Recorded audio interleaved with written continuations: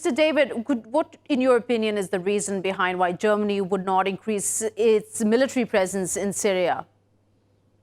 Well, I think what we see here is a geopolitical game where the move towards having perpetual war is under some kind of threat. I mean, recently the Trump administration has pulled back from attacking Iran, which is a very good thing, and that the Germans are not sending more troops to Syria also speaks of a Western uncertainty about whether ever-increasing military involvement in the Middle East is a good thing. I mean, I think we can see that the Syrian conflict, perhaps it would have started without Western intervention, but certainly there was Western intervention from very, very early on, which has meant that this conflict has gone on for much longer than it would otherwise have done, and cost many more lives than would have been the case.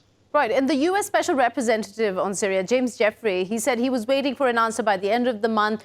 And at the same time, there has been a popular sort of opinion in the Western circles in Washington, D.C., that the military solution is not the solution for Syria right now. It needs to be a political one. But here we see Trump administration trying to get out of Syria when it is right now in the midst of utter chaos. So we also see the German political parties not seeming to be very eager to join this sort of situation in Syria. They don't want to extend their presence there.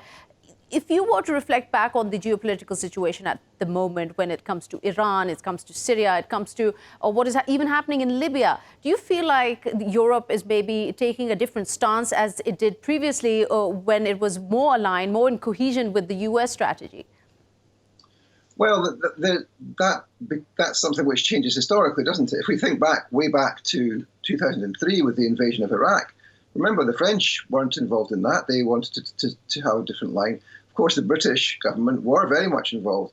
And it's also been the case that it's been the British who've pushed for action against Iran when it looked like Obama, as president, was going to take tough enough action on Iran. The British tried to find a way to push him into action. And so we do have not a European versus US thing, but a division between those governments in the West who have a more realist approach to this, and those who have a more ideological approach who want to attack what they see as the Shia Crescent, who in that process have allied themselves with militant Sunni nationalism, or with some aspects of militant Sunni nationalism, and that strategy is a strategy which is supported by the Israelis, but that strategy seems to be coming off the rails a little bit now, with Trump pulling back from Iran and indeed from Syria.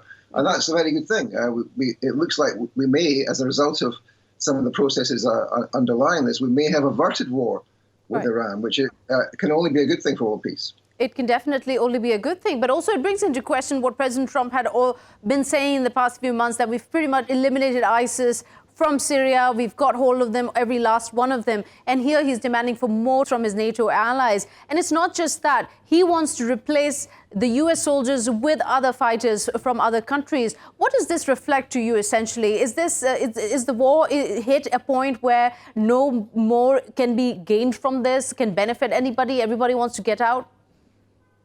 I think so. I mean, let's remember, of course, that the US campaign was not just against ISIS. It was also against the Assad government, a government which you can criticize for many things, but which is the legitimate government of Syria.